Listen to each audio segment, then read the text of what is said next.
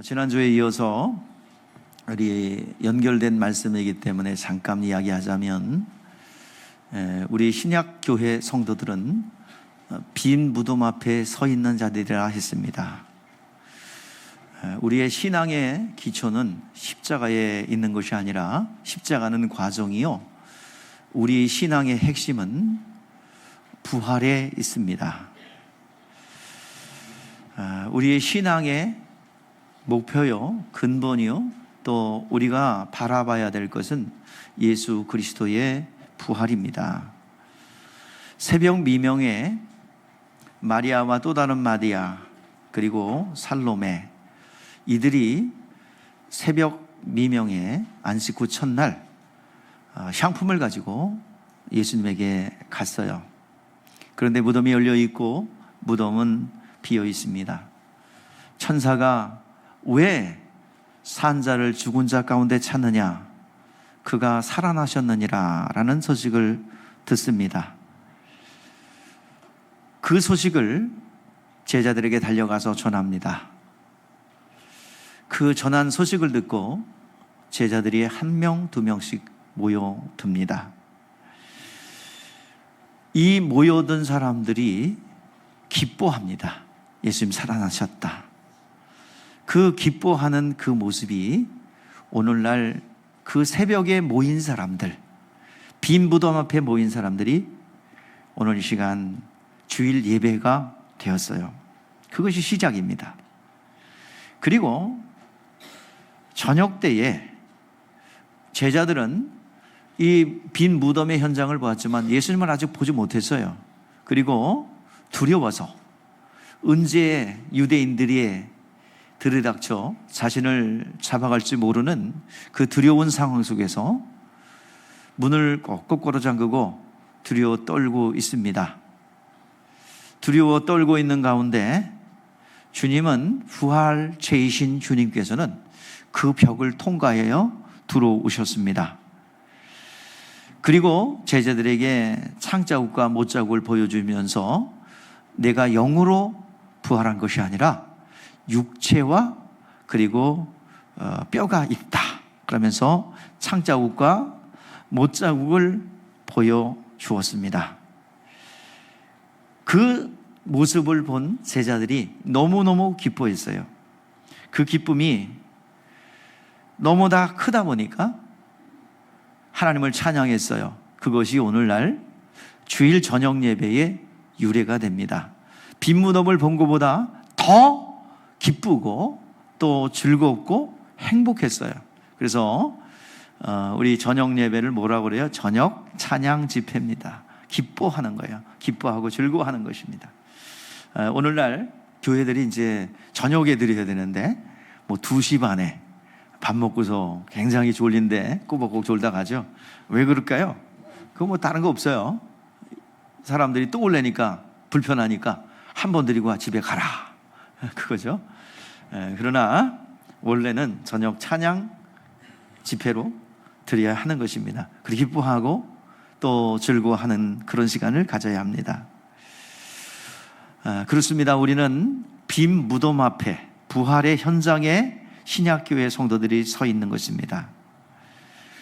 오늘 시간 빈 무덤 앞에 서 있는 그들에게, 그 자리에 있는 사람들에게, 또 빈 무덤 앞에 있는 신약교회 우리들에게 주님은 말씀하셨어요. 지난주에 2가지를 말씀했습니다. 너희에게 뭐가 있을지어다? 평강이 있을지어다. 영혼의 평강입니다. 왜 사람들이 영혼의 평강이 없을까요? 죄 때문입니다. 죄 때문에 배고프고, 죄 때문에 두렵고, 죄 때문에 정말 어려워요. 그러나 우리 죄의 문제를 우리 주님께서 다 해결하셨고 십자가에서 다 해결하셨어요. 그리고 선포하신 거예요. 뭐라고요? 너희에게 평강이 있을지어다. 오늘 우리가 들어야 될 음성입니다. 여러분, 영혼의 평강이 진짜 있기를 바랍니다. 영혼의 평강이 있을 때 터진 찬양이 뭐냐면 미국에서 있었던 일이죠. 내게 강 같은 평화, 내게 강 같은, 이거 누가 작곡한 게 아니라 하나님의 거룩한 희락의 영이 그 장소에 임했을 때 기쁨이 터져서 그 기쁨이 찬양으로 터져나온 것이 내게 강 같은 평화입니다. 정말 쉽고 또 즐겁게 부를 수 있죠. 그런 여러분들의 그런 은혜가 오늘 가운데 늘 넘치기를 바랍니다. 오늘 여러분들 찬양했잖아요. 그 신주께.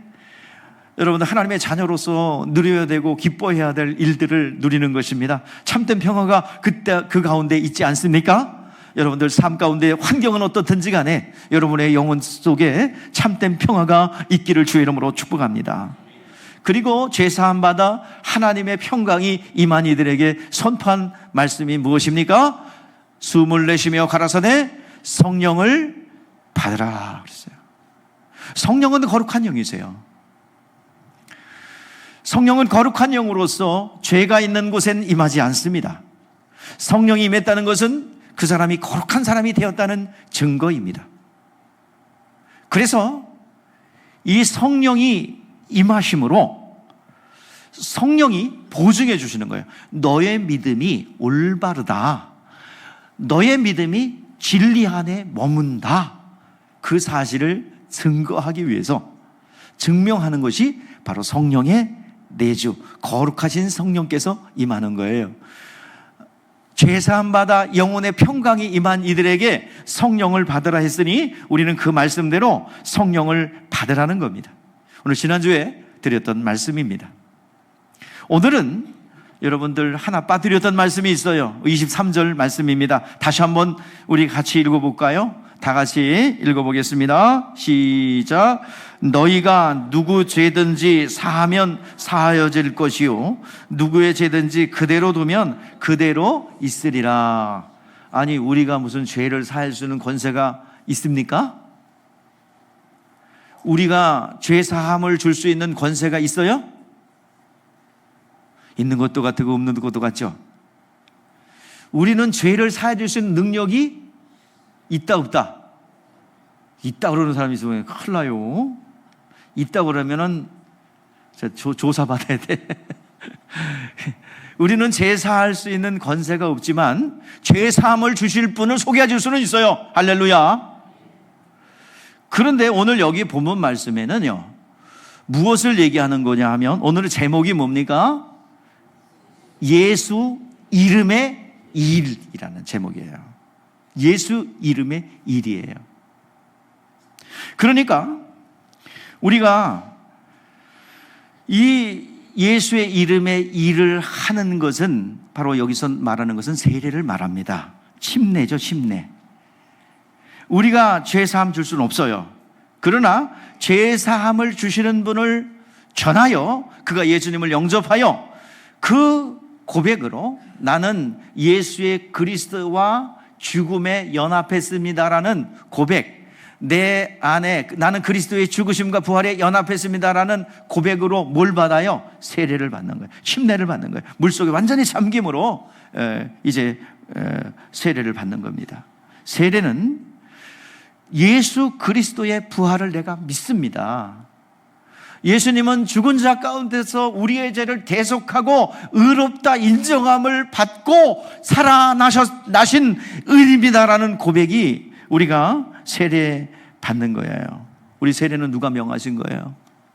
진리로 예수님께서 명하신 거예요. 부활하신 주님이 명령하신 거예요. 마태복음 28장 18절에서 20절 말씀해 보니까 예수께서 나와 말씀하여 이르시되 하늘과 땅의 모든 권세를 내게 주셨으니 그러므로 너희는 가서 모든 족속으로 제자를 삼아 아버지와 아들과 성령의 이름으로 세례를 베풀고 내가 너희에게 분부한 모든 것을 가르쳐 지키게 하라. 볼지어다 세상 끝날까지 내가 너희와 항상 함께 있으리로다. 세례를 주라는 것은 내가 증인이기 때문에 구원받는 믿음만 가지고 있다는 것이 보여지면 즉시로 세례를 주라라고 말씀하고 있는 것입니다. 구원받은 사람이 내가 구원받았습니다, 나는 부활을 믿습니다라는 신앙 고백으로 자원하고 주님의 명령에 순종하여 자원해서 받는 것이 세례죠. 그래서 영혼에 나는 구원받은 하나님의 자녀입니다 표시를 갖는 게 세례예요. 오늘 여러분들,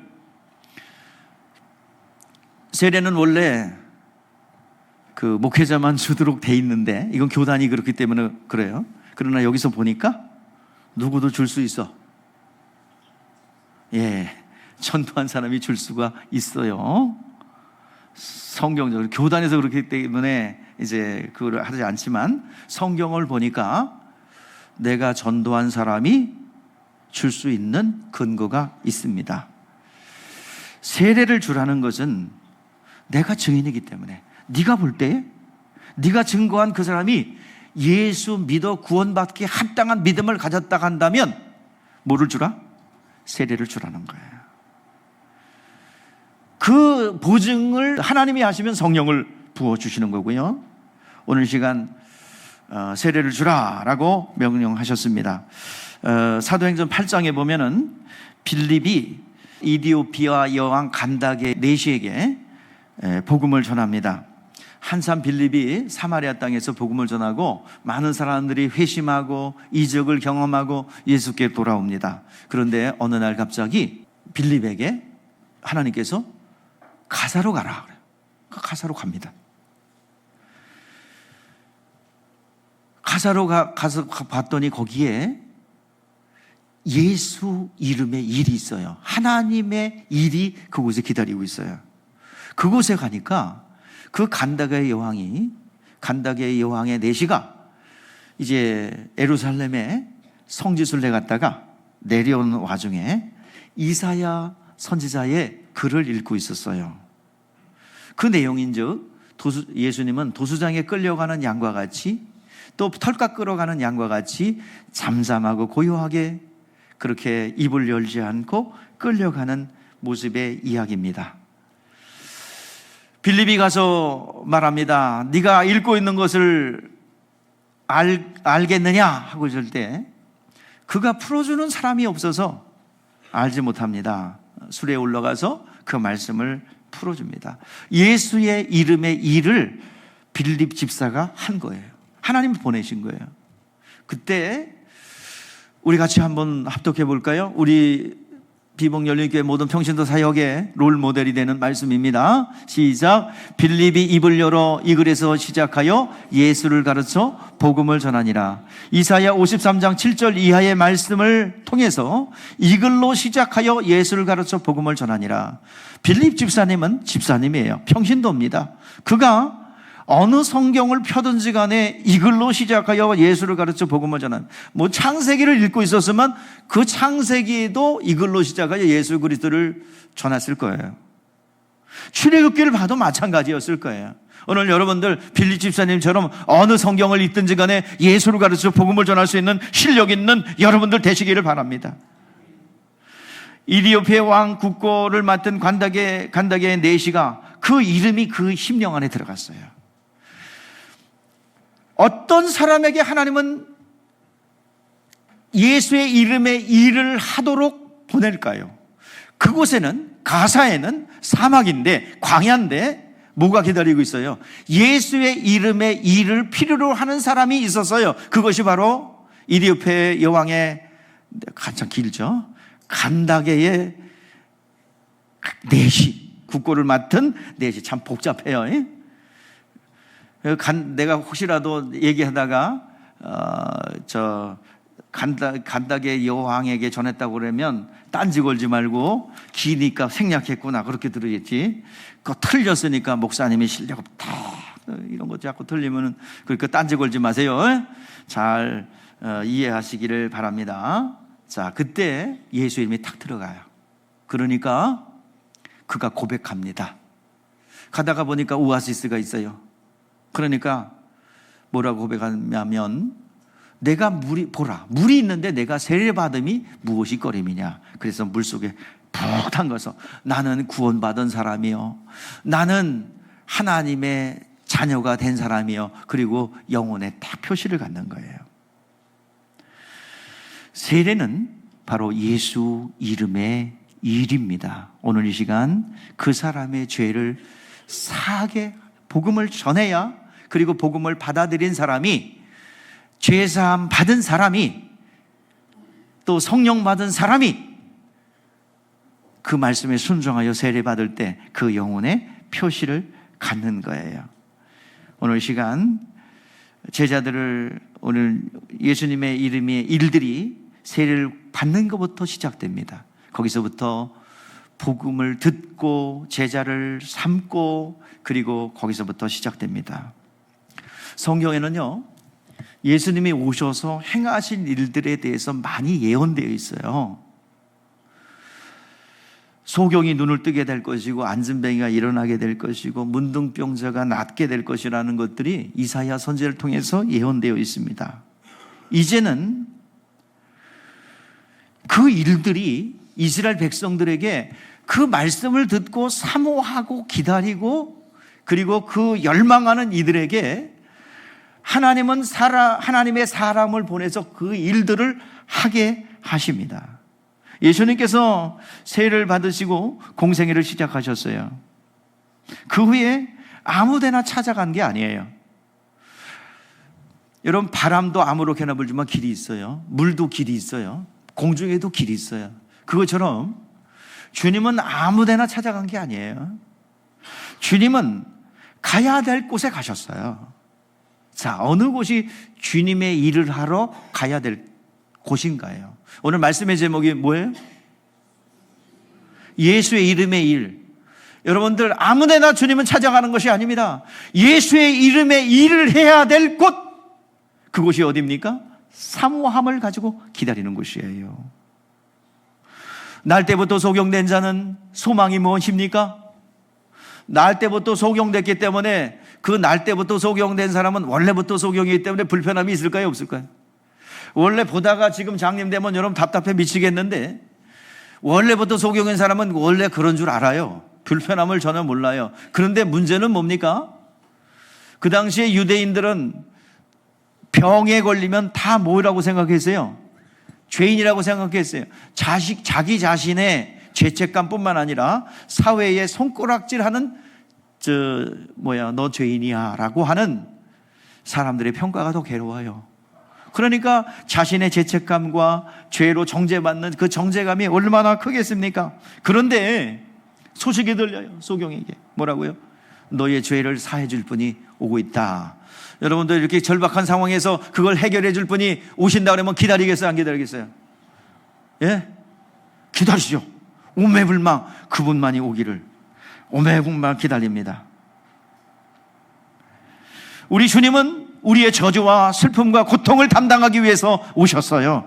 그것이 바로 그 병든 자, 눈먼 자, 그리고 눌린 자, 사망에 걸려서 헤매이는 자들, 질병의 고통 속에서 정말 고통당하고 죄책감에 정죄받는 사람들을 구원하기 위해서 오셨어요. 주님은 그곳에 찾아가기를 원하십니다. 주님의 일이 필요한 곳에, 주님의 일을 열망하는 곳에 주님은 찾아가십니다. 주님께서 이 땅에 오셔서 영원전에 창세전부터 준비하신 하나님의 작정하신 일들을 하기 위해서 오셨어요. 믿음을 가진 자들, 믿음을 가지고 그것을 기다리는 자들에게 주님은 찾아가십니다. 뭐를 갖고 오셨어요? 아버지의 이름을 가지고 오셨죠.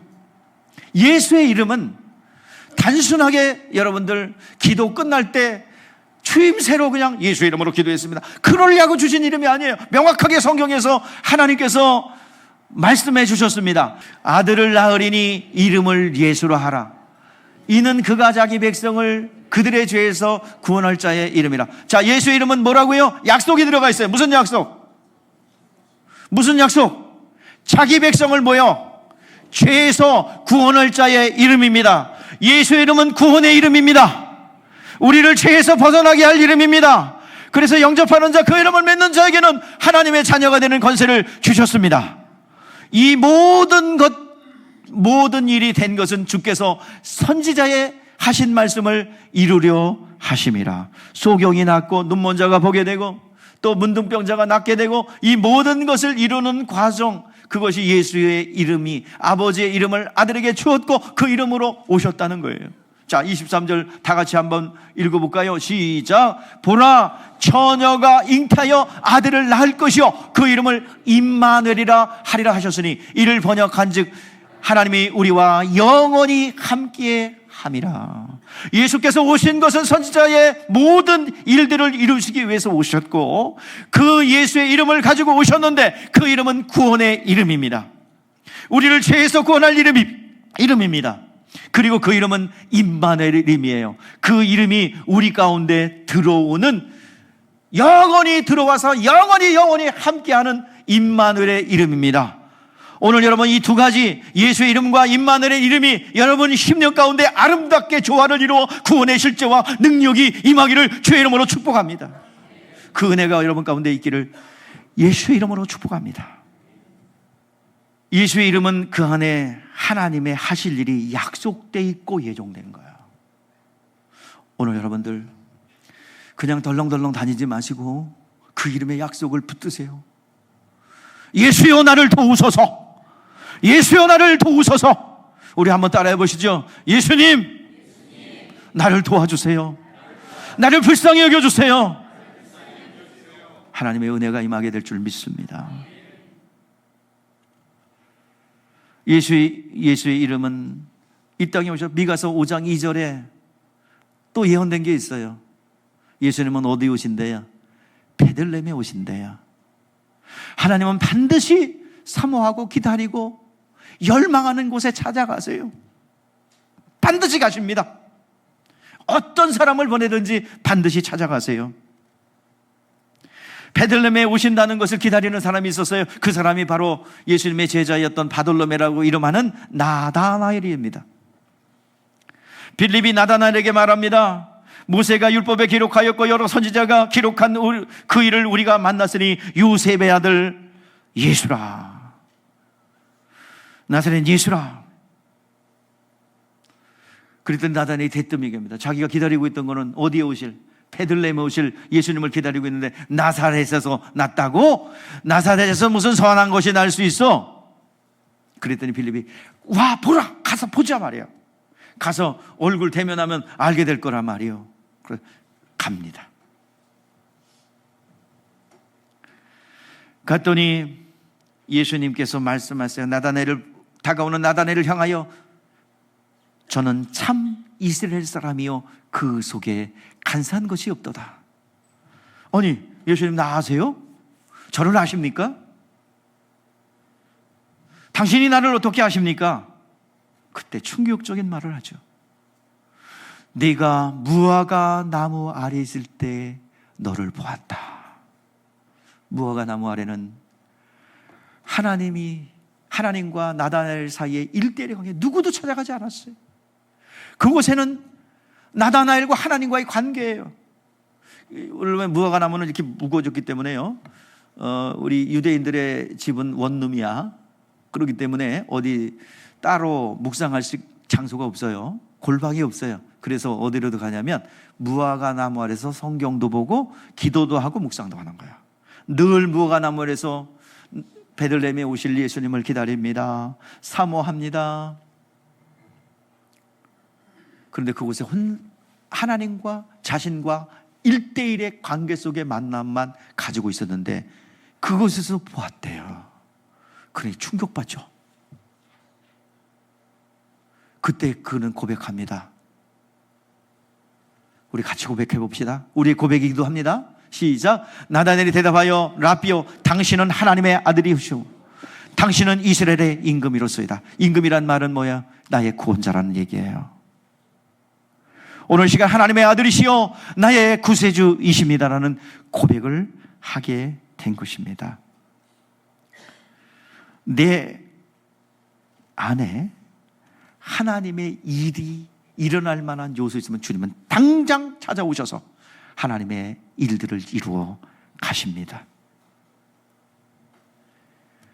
오늘 시간 하나님이 그에게 찾아가셔서 임만을 하신 거예요. 구원의 이름이 찾아가셔서 그에게 영원히 함께하는 이름이 된 거예요. 오늘 여러분들이 그런 주인공이 되기를 주의 이름으로 축복합니다. 요한복음 4장에 보면 사마리아 여인이 있어요. 많은 주석에서는 그를 창녀라고 하는데 대화 내용을 볼 때 그렇게 창녀가 아니에요. 내 남편이 있는데 내 남편은 내 남편이 아니다. 이거 남편이 뭐예요? 그 다말의 믿음을 가지고 장자의 며느리로서 그 사명을 감당해온 여자입니다. 그리고 그는 누구를 기다리고 있었어요? 메시아를 기다리고 있었어요. 그리고 늘 궁금했어요. 어디서 예배드리는 건 맞는가? 북이스라엘과 남유다가 서로 팽팽하게 대립을 합니다.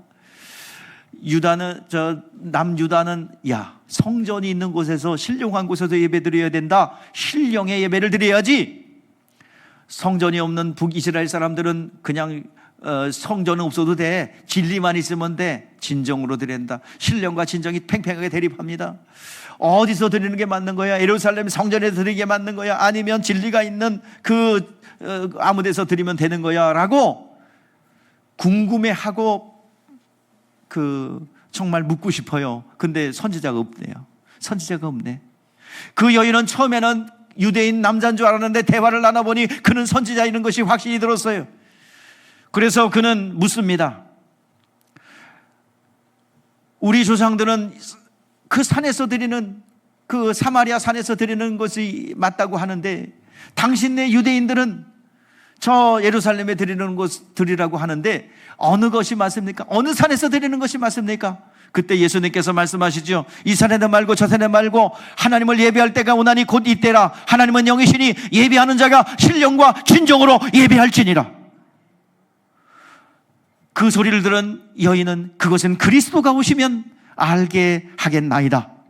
그때 예수님은 말씀합니다. 내가 그라. 내가 그리스도라고 계시합니다. 그는 두말하지 않아요. 그 말씀에 그는 주님을 만난 거예요. 그리고 물동이를 버려두고 그리스도를 만난 거예요. 그는 물동이를 버려두고 마을로 달려가서 외칩니다. 나에게 행한 일을 말한 일을 보라. 그가 그리스도가 아니냐. 사마리아 땅에 복음이 전파됐어요. 오늘 주님은 그 사모함이 있고 기다리고 열망하는 이들에게 만나 주십니다. 오늘 우리에게 무엇이 없습니까? 그런 열망하는 마음이 없다라 이 말이에요. 주님을 갈망하고 주님을 바라보는, 주님이 일을 할 수 있는 조건들이 우리 가운데 없더라 이 말입니다. 오늘 여러분들이 다시 한번 여러분의 심령이 일깨워지기를 주의 이름으로 축복합니다. 여러분의 심령이 일어나 다시 한번 주님을 열망하고 사랑하고 바라보는 그 열정이 되살아나기를 주의 이름으로 축복합니다. 주님은 반드시 여러분들에게 손을 내밀어 역사할 줄 믿습니다. 주님은 지금도 일하고 싶어 하세요.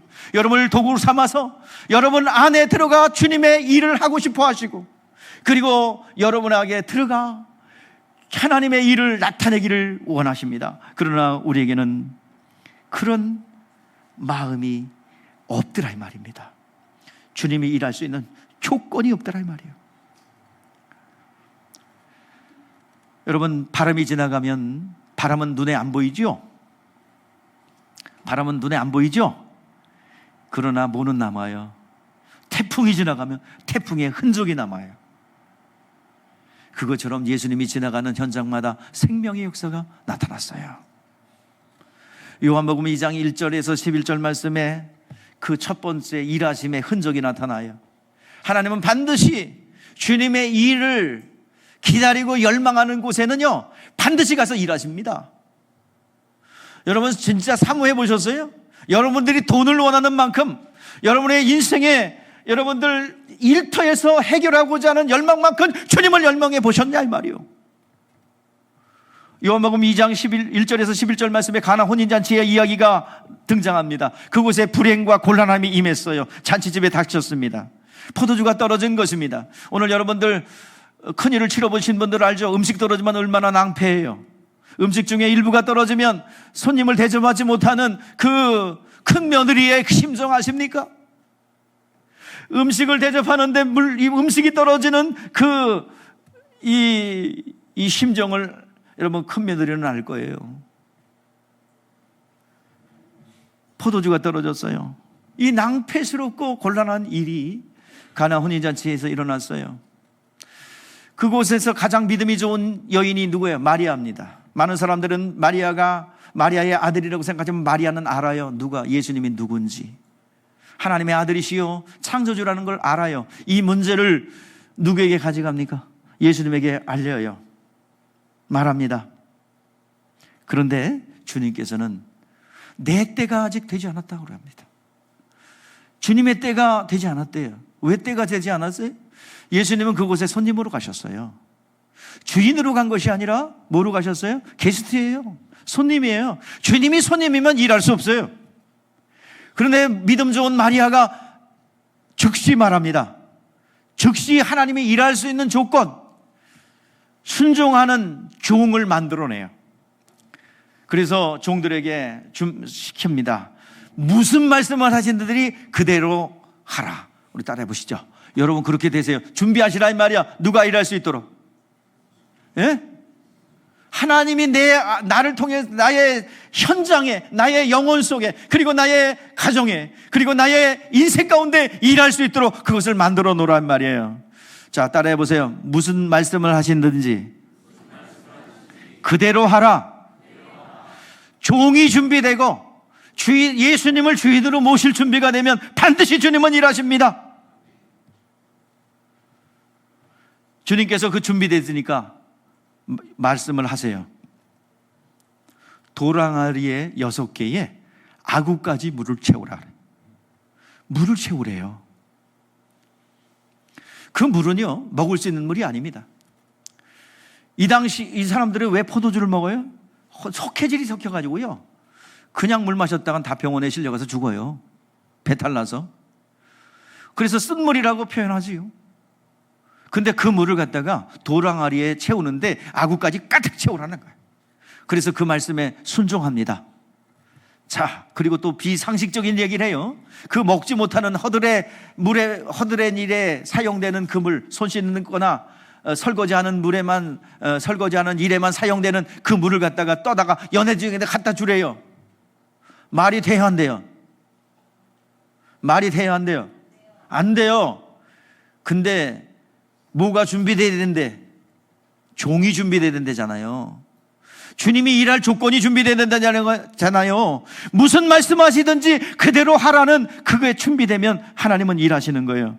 종들은 두말하지 않고 떠다 주는 순간에 포도주를 보고서 간 것이 아니라 떠다 주는 순종하는 과정 속에서 물이 변하여 포도주가 된 것입니다. 이것이 첫 번째 이적으로서 예수가 하나님 되심을 나타내는 첫 번째 이적이 있습니다.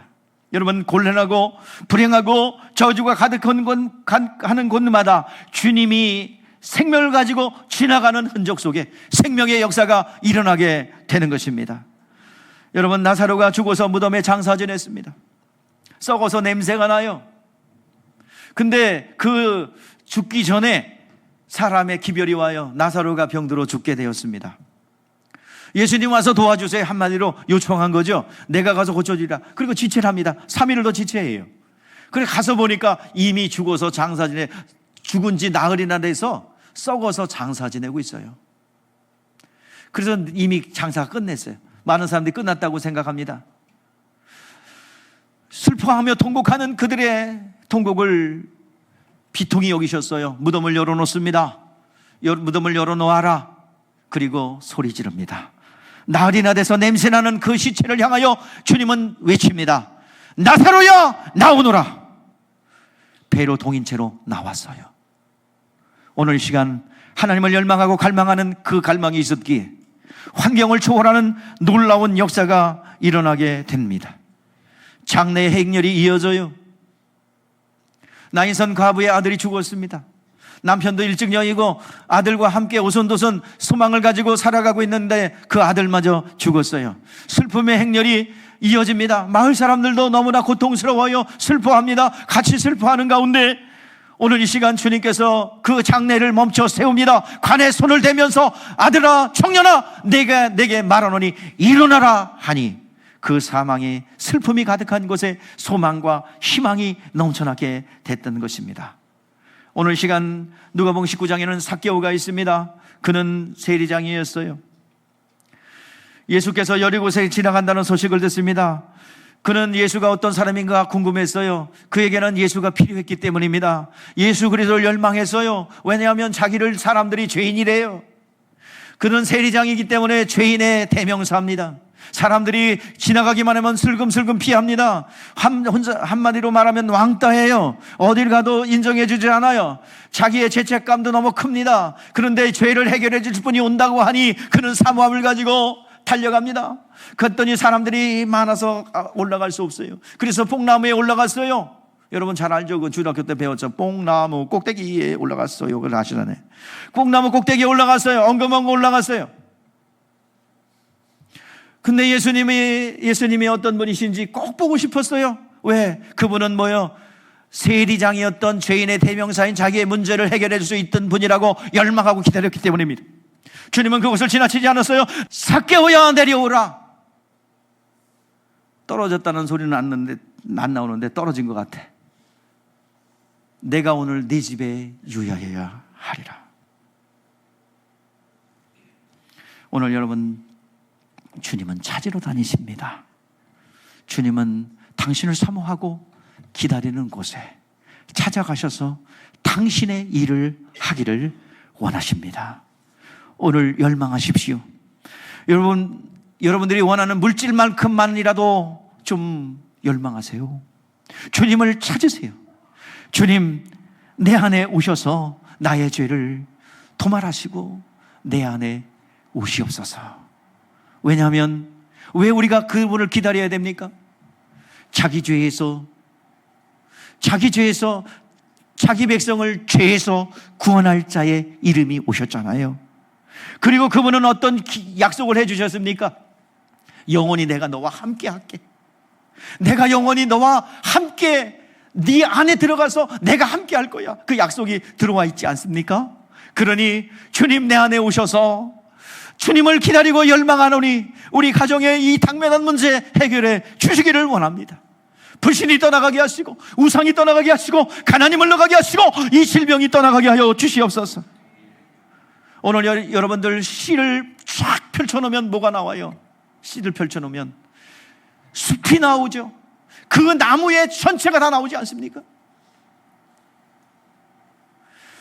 뿌리와 싹과 줄기와 그리고 꽃과 그 열매가 전체가 그 씨 안에 하나에 들어있는 것처럼 씨앗을 쫙 펼쳐놓으면 어떻게 돼요?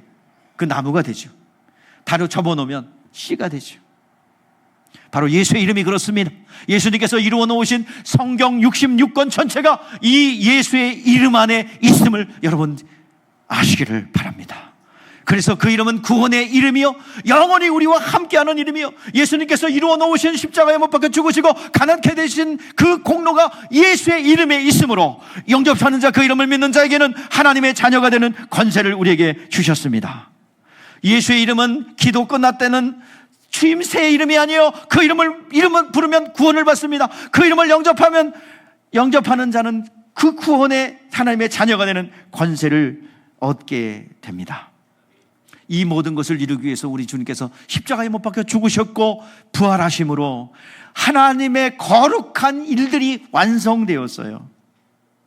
오늘 이 시간 그 임마누엘 예수의 이름으로 그 일들을 이루시는데요. 그 이름이 우리 가운데 들어오시고 그리고 우리 가운데 영원히 함께 하심으로 그 구원의 실제와 능력을 이루어 가십니다. 성령으로 그 이름이 들어오는 거예요. 요한복음 14장 26절 말씀해 보니까 보혜사 곧 아버지께서 내 이름으로 보내실 성령 그가 너희에게 모든 것을 가르치시고 내가 너희에게 말한 모든 것을 생각나게 하시리라. 이 모든 가르친 것을 알게 하고 생각나게 하시는 분이라는 것입니다. 오늘 시간 구원의 이름이 내 안에 어떻게 들어올까요? 성령으로 들어오세요. 성령으로 들어오셔서 나에게 구원의 실제와 능력을 이루어 주십니다. 들어오셔서 뭘 하시나요? 성령께서 약속을 해주셨는데요. 예수의 이름은 뭐예요? 구원의 이름이라고 그랬죠? 그리고 그 이름은 임마누엘, 영원히 함께하는 이름이라고 그랬죠? 어떻게 우리 안에 들어와요? 성령께서 내주하심으로 그 이름의 능력과 권세가 우리 가운데 들어오는 거예요. 120명만 예수님을 따르는 무리가 엄청나게 많았어요. 부활의 목격자도 500명 넘었어요. 그러나 진짜 성령 받은 이들은 누구예요? 성령 받은 이는 누구예요? 예? 몇 명? 120명이에요. 그렇게 많은 사람들이 따랐고, 그리고 부활의 목격자가 되었고, 예루살렘을 떠나지 말라고 그랬는데 120명만 딱 성령 받고, 그들을 통해서 그들의 심령 속에 예수의 능력과 그리고 예수님의 일들이 이루어졌어요. 그리고 그렇게 성령을 받은 이들을 통해서 어떤 일이 일어납니까? 소경이 눈을 뜨고 눈먼 자가 일어나고, 또 베드로는 더 큰 일을 하죠. 하루에 3,000명, 5,000명이 구원받는 역사가 일어나게 되는 것입니다. 성령을 모심으로 임마누엘의 일들이 이루어지는 것입니다. 자기 백성을 죄에서 구원할 자입니다. 그 이름이 우리 안에 들어왔어요. 그것이 예수의 이름의 일입니다. 그것이 오늘 이 본문 말씀, 누구의 죄든지 사해지면 사해질 것이요 그대로 두면 그대로 있으리라 하는 말씀은요, 세례를 말합니다. 임마누엘은 하나님의 우리와 함께 하시다는 뜻인데, 예수께서 부활하심으로 그 첫 번째 명령하신 그 부활하신 주님께서 명령이 뭐예요? 세례를 받아라, 침례를 받아라. 그 명령을 주셨어요. 아버지와 아들과 성령의 이름으로 세례를 받으라 했습니다. 세례를 받는 것은요, 단순하게 오늘 이제 비전트리 가면은 30여 명 물속에 들어가서 침례 행합니다. 여러분들 가셔서 이 명령은 주님의 명령에 순종하여 드리는 거예요. 근데 그 침례, 세례는 예수의 이름을 내가 경험하는 거예요. 경험입니다. 물속에 들어갔다 나오는 것은 내가 행함이고, 예수의 이름, 자기 백성을 죄에서 구원할 자의 이름이요 임마누엘 하신 그 이름을 우리가 물속에 들어갔다 나오는 순간에 십자가의 죽으심과 부활을 경험하는 것이고 연합하는 겁니다. 로마서 6장 5절에서 말씀하고 있죠. 예수께서 부활하신 다음에 명령하신 것인데, 그 세례는 예수의 죽으심과 부활의 연합이, 그리고 임마누엘 하신 주님을 내 영혼이 경험하는 겁니다. 성령 받기 전에 세례 받을 수도 있고, 성령 받은 후에 경험할 수 있어요. 받을 수 있어요. 그러나 이 모든 것은 예수님의 죽으심과 부활의 연합이요, 그리고 예수의 이름의 경험입니다. 여러분들, 오늘 이 시간 여러분들은 이제 내가 예수님의 일의 수혜자일 뿐만 아니라 우리는 앞으로 예수님의 이름의 일을 행하는 자예요. 오늘 이 시간 가서 죄사함을 주라는 말은 복음을 전하고 예수를 영접한 이에게 뭐를 하라는 거예요? 그가 구원받기에 합당한 믿음을 가졌거든 세례를 주라. 여러분, 세례를 못 주니까 누구에게 주라고 해야 돼? 예? 누구한테 주라고 해야 돼? 목사님에게 주라고 해야지요. 교단에서 그러니까 따라야지요. 근데 엄밀하게 따지면 내가 전도한 사람 내가 침례 주는 게 맞습니다. 어느 미국의 침례교회인 것 같아요. 영상을 봤는데 이쪽에서 찬양을 막 인도하고 있어요. 근데 아마도 목사님만 아닌 것 같아요. 이 침례탕이 있어요. 근데 침례탕에서 뭐라고 막 외쳐. 그러면 막 눈물을 흘려. 그리고 이쪽에서 찬양 예배팀은 그냥 회중들과 함께 예배를 드려요. 근데 이쪽에서는 침례탕에서 유리관으로 돼 있는데 거기서 전도한 사람이 뭐라고 그러니까 뭐라고 그러는지 몰라. 영어로 얘기했네. 예. 근데 들리지도 않고 말이에요. 그래서 그러니까 막 울고 그러는데 쫙 물속에 들어갔다 나와요. 아마도 전도한 사람이 주는 것 같아요. 그 교회 꼭 방문하고 싶은데 내가 이제 알아놨으니까 언젠간 내가 가봅니다. 그곳에. 미국 교회들이요 죽은 것 같은데요, 부흥하는 교회들은 어마어마합니다. 성경대로 하면 부흥하는 거예요. 여기도 마찬가지고 마찬가지예요.